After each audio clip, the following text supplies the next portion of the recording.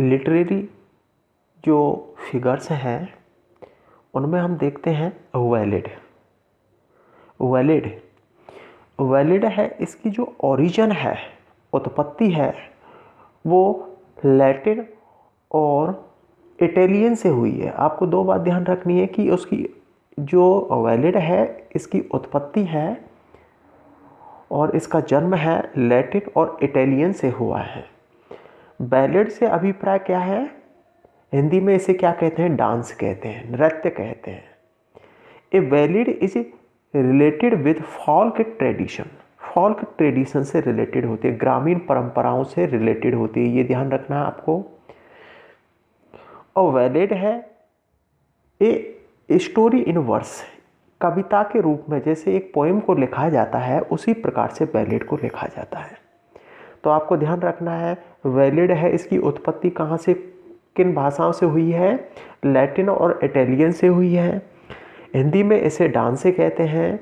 Ballad है वो किससे रिलेटेड होती है? फोल्क ट्रेडिशन से होती है, कि ग्रामीण जो परंपरा है, रीति रिवाज है, उनसे है, और इसे एक पोएम के रूप में लिखा जाता है।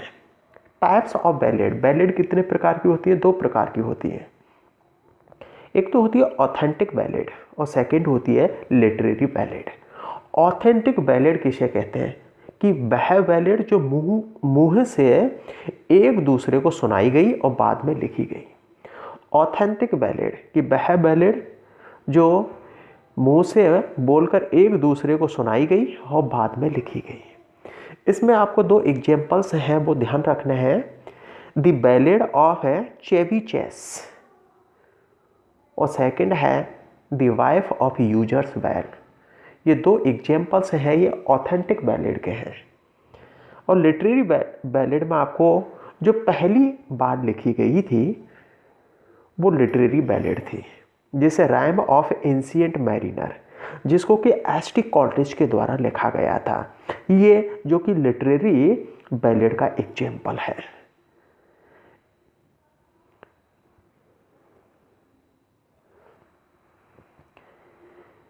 The characteristics features of ballad. जो बैलेड है उसकी चारित्रिक विशेषताएं हम देखते हैं। जो बैलेड है उसको मेजर में लिखा जाता है। मेजर का मतलब है यहाँ क्वाट्रेन में लिखा जाता है। क्वाट्रेन में लिखा जाता है बैलेड को। बैलेड को किस में लिखा जाता है? क्वाट्रेन में लिखा जाता है। क्वाट्रेन किसे कहते हैं?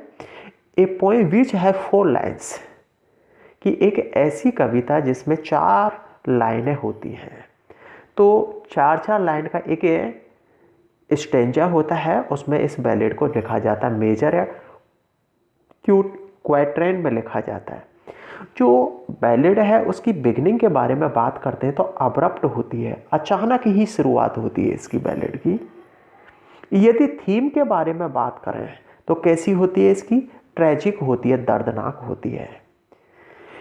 इम्पर्सनल होती है बैलेड। इम्पर्सनल का मतलब है कभी एक कहानी सुनाता है और यह कहानी अपनी नहीं होती है। यदि लैंग्वेज के बारे में बात करें बैलेड की, तो कैसी होती है? सिंपल होती है, साधारण होती है। 1 लाइन, एक पंक्ति, मोर देन 1 लाइन या एक से अधिक पंक्तियां, repeated generally at the end of stanza, कि एक पंक्ति या एक से अधिक पंक्तियां हैं वो प्रत्येक स्टेंजा के अंत में रिपीट की जाती हैं बैलेड में। इस रेपिटेशन को क्या कहते हैं? हम रिफ्रेन कहते हैं। तो बैलेड के बारे में आपको क्या ध्यान रखना है? चारित्रिक विशेषताओं में बैलेड को मेजर में लिखा जाता है।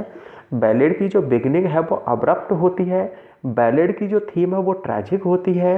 और बैलेड इम्पर्सनल होती है, ये कभी की अपनी स्वयं की स्टोरी नहीं होती है। लैंग्वेज की बात करें तो सिंपल होती है और बैलेड में रेपिटेशन का प्रयोग किया जाता है। प्रत्येक अंतिम स्टेंजा में उस रेपिटेशन को रिफ्रेन कहते हैं। इसके बाद में हम एलिट्रेशन के बारे में बात करते हैं। नेक्स्ट हमारा लिटरेरी टर्म्स या फिगर्स है वो है एलिट्रेशन।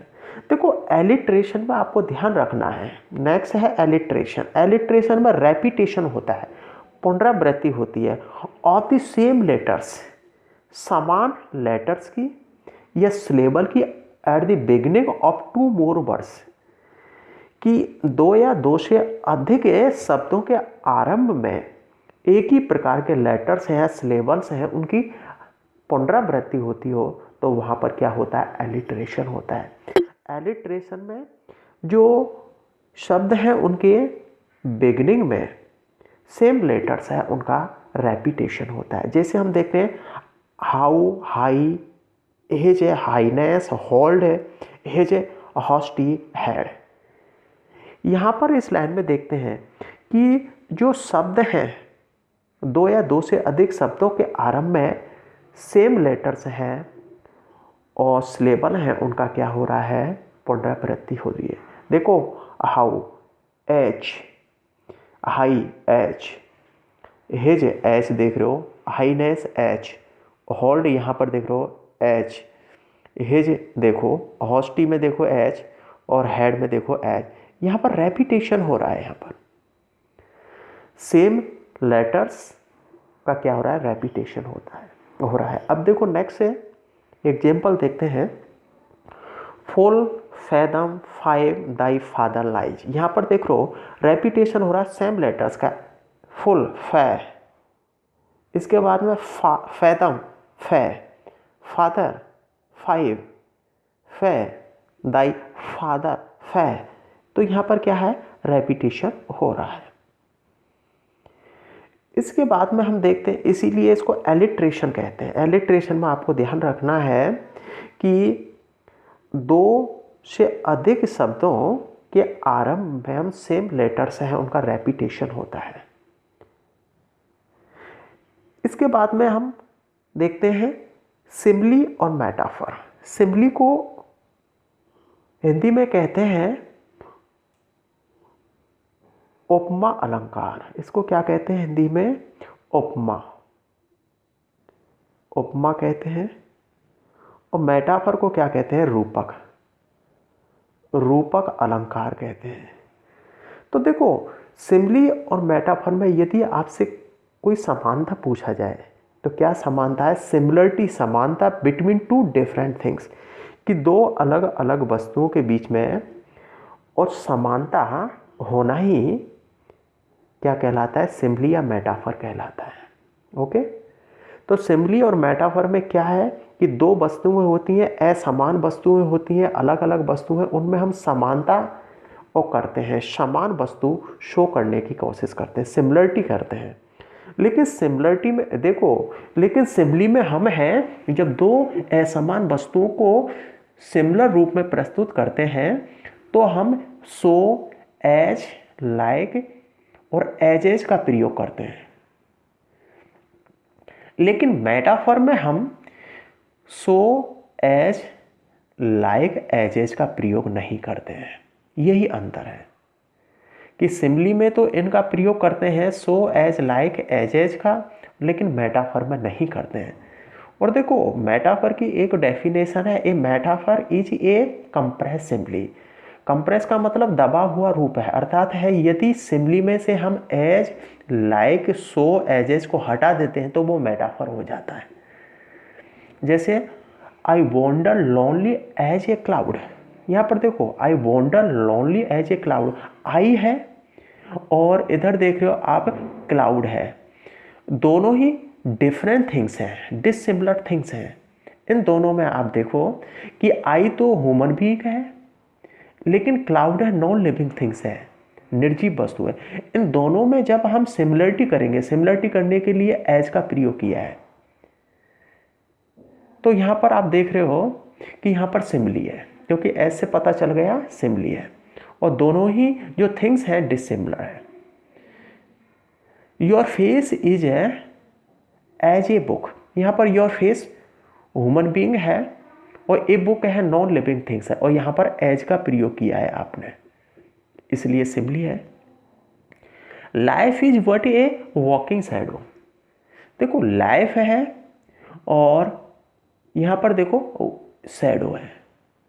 लाइफ और शैडो दोनों ही डिसिमिलर थिंग्स हैं, लेकिन जीवन एक चलती हुई छाया के समान है। और देखो जीवन परंतु एक चलती हुई छाया है, तो यहां पर देखो, यहां पर हमने एज का प्रयोग नहीं किया है, लाइक का प्रयोग नहीं किया है, इसलिए क्या है यहाँ पर मेटाफर है। आपको ध्यान रखना है, यदि आप है सिमिली में से है एज सो लाइक एजेस को हटा देते हो तो मेटाफर हो जाए। दोनों डिसिमिलर थिंग्स हैं, लाइफ और शैडो दोनों ही। This camel is the shape of the desert. देखो कैमल और शिप, ये तो कैमल तो लिविंग थिंग्स है और शिप है नॉन लिविंग थिंग है। ओके, हमने ये नहीं बोला है कि जो ऊंट है रेगिस्तान के जहाज के समान है, रेगिस्तान का जहाज है, हमने ऐसे कहा है। और इसलिए इसमें से हमने एज लाइक है और सो इनको हटा दिया है। इसलिए यहाँ पर क्या है, ये मेटाफर के एग्जाम्पल हैं दोनों ही।